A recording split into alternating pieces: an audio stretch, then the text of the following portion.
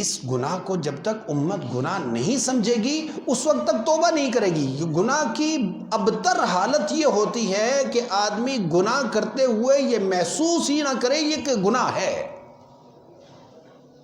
یہ گناہ کی سب سے بدتر حالت ہے جس کے بعد توبہ کی توفیق کم ہی ملتی ہے۔ اس رمضان میں ہم نے یہ عزم کرنا ہے، یہ عہد کرنا ہے کہ اللہ یہ واقعی ہم سے گناہ ہو گیا، یہ تو کتاب آئی تھی ہدایت کے لیے اور ہم نے صرف اس کو وظیفے کے طور پر یا صرف اپنا ایک ٹارگٹ پورا کرنے کے لیے کہ رمضان میں اس کو پورا کرنا ہے، اتنا تو ہم نے رکھا، ہم نے اس سے پوچھا ہی نہیں، ہم نے اس سے پوچھا ہی نہیں کہ کرنا کیا ہے۔ سلو کر دیں آواز۔ چنانچہ قرآن کریم کے اس حق تلفی پر قرآن کریم روز قیامت اللہ تبارک و تعالیٰ کی بارگاہ میں بہت سخت گرفت کرے گا۔ جیسے روزے کی گرفت سے ہم بچنا چاہتے ہیں اور اگر کوئی روزہ توڑنے والا نظر آ جائے تو ہم اس کی باز پرس کرتے ہیں، اس کو روکنے کی کوشش کرتے ہیں، میرے بھائی ایسے ہی قرآن کریم روز قیامت اللہ کے ہاں فریاد کرے گا، اور نہ صرف قرآن کریم کرے گا بلکہ قرآن کریم کے الفاظ کے ساتھ نبی پاک صلی اللہ علیہ وسلم کے الفاظ اللہ تبارک و تعالیٰ نے قرآن کریم نے محفوظ فرمائے۔ وقال الرسول یا ربی، رسول فرمائیں گے ہے میرے رب، ان قوم اتخذوا هذا القرآن مہجورا، بے شک اس میری قوم نے میرے قرآن کو چھوڑ رکھا تھا۔ یہ گناہ ہے تبھی تو اللہ کے نبی یہ فریاد لائیں گے، یہ اپیل کریں گے، اور یہ جب اللہ کے نبی کی طرف سے آ جائے گی تو اس وقت ہم دیکھ لیں کہ ہم میں سے کون بچ سکتا ہے۔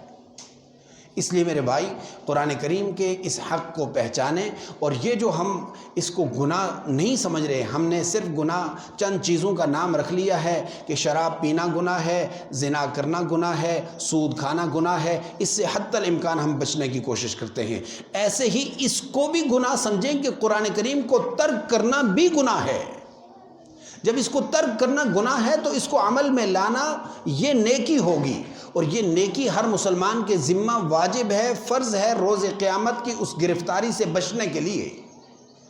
اس گرفتاری سے بچنے کے لیے اس رمضان المبارک سے ہی آپ عزم کریں کہ ہم نے قرآن کریم کی ایک آیت، دو آیتیں سیکھنی ہیں جنہوں نے نہیں سیکھ رکھا، اور جنہوں نے سیکھ رکھا ہے وہ کوشش کریں کہ اس کی تفسیر تک پہنچنے کی کوشش کریں، اس رہنما اصول کو اپنی زندگی میں نافذ کرنے کی کوشش کریں۔ پورا نہ صحیح، کوئی ضروری نہیں، لیکن اتنا تو سیکھ لیں کہ جس شعبے سے آپ منسلک ہیں وہاں قرآن کیا کہتا ہے۔ اب تو بہت آسانی ہو گئی، والد کے حقوق کے بارے میں، اولاد کے حقوق کے بارے میں، بیوی کے حقوق کے بارے میں، معاشرتی حقوق کے بارے میں، سیاسی حقوق کے بارے میں یہ آیات علیحدہ کر دی ہیں علماء نے۔ تجارت کے اصول سارے علیحدہ کر دیے ہیں۔ بھئی تجارت کے بارے میں قرآن کریم کیا کہہ رہا ہے یہ آسان ہے، ہم اگر تاجر ہیں اس حیثیت سے پڑھ لیں، والد ہیں اس حیثیت سے اس کو پڑھ لیں، شوہر ہیں اس حیثیت سے پڑھ لیں، اگر اچھا شہری بننا چاہتے ہیں اس حیثیت سے پڑھ لیں، کم از کم وہ حصہ جو ہمارے ساتھ براہ راست منسلک ہے وہ تو آنا چاہیے۔ اس لیے میرے بھائی کوشش فرمائیں کہ اس رمضان میں ہم نے یہ عزم کرنا ہے، اور وقت انتہائی آخری مراحل میں ہے۔ اس رمضان کے اس دوسرے جمعے کے بعد جو آخری عشرہ شروع ہو جاتا ہے، اس میں خاص عمل اعتکاف کا ہے۔ حضور نبی کریم صلی اللہ علیہ وسلم کا معمول مبارک یہ تھا کہ ہمیشہ پورا رمضان بھی اعتکاف فرماتے، امت کی تعلیم کے لیے، امت کی آسانی کے لیے، شب قدر کی تلاش کے لیے آپ 1 رمضان سے 30 رمضان تک اعتکاف فرماتے تاکہ مل جائے۔ پھر حضور نے خلاصے کے طور پر ارشاد فرما دیا کہ میں نے اس کو ڈھونڈا ہے، آخری عشرے میں ملی ہے، لہٰذا کم از کم آخری عشرے کا اعتکاف کر لو۔ اور یہ آخری عشرے کا اعتکاف سنت علی الکفایہ ہے، مطلب یہ کہ جس علاقے کی، جس مسجد کی آبادی میں سے اگر 1 2 4 نوجوان بڑے آدمی اعتکاف کر لیں گے تو سب سے کفایہ ادا ہو جائے گا، اور اگر کوئی نہ کرے گا تو ساری بستی گناہ گار ہوگی۔ اس لیے ایسے نمائندہ لوگ، ایسے سمجھدار لوگ جو واقعی ہی اس کام کو سمجھتے ہیں، نو عمر بچوں کو بٹھا دینا اور کہنا کہ چلو یار یہ بھی کفایہ ادا کر دیں گے، وہ ضرور بیٹھیں، ان سے انکار نہیں. لیکن یہ میں پہلے بھی جیسے کہہ چکا ہوں کہ ہم بچوں کو قرآن پڑھا دیتے ہیں یہ کافی ہے، ہم بچیوں کو قرآن پڑھا دیتے ہیں یہ کافی ہے، یہ نہیں. یہ بڑوں کی ذمہ داری ہے، یہ ہر ایک کی اپنی ذمہ داری ہے کہ جو آدمی اعتکاف کرتا ہے، ایک دن کے اعتکاف سے اللہ تبارک و تعالیٰ کئی خندقیں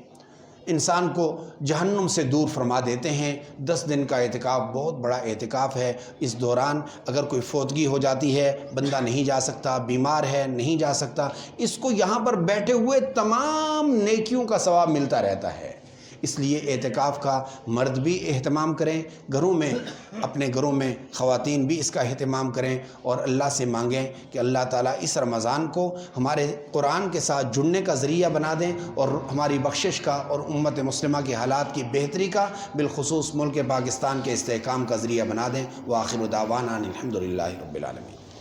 قل يا عبادي الذين أسرفوا على أنفسهم لا تقنطوا من رحمة الله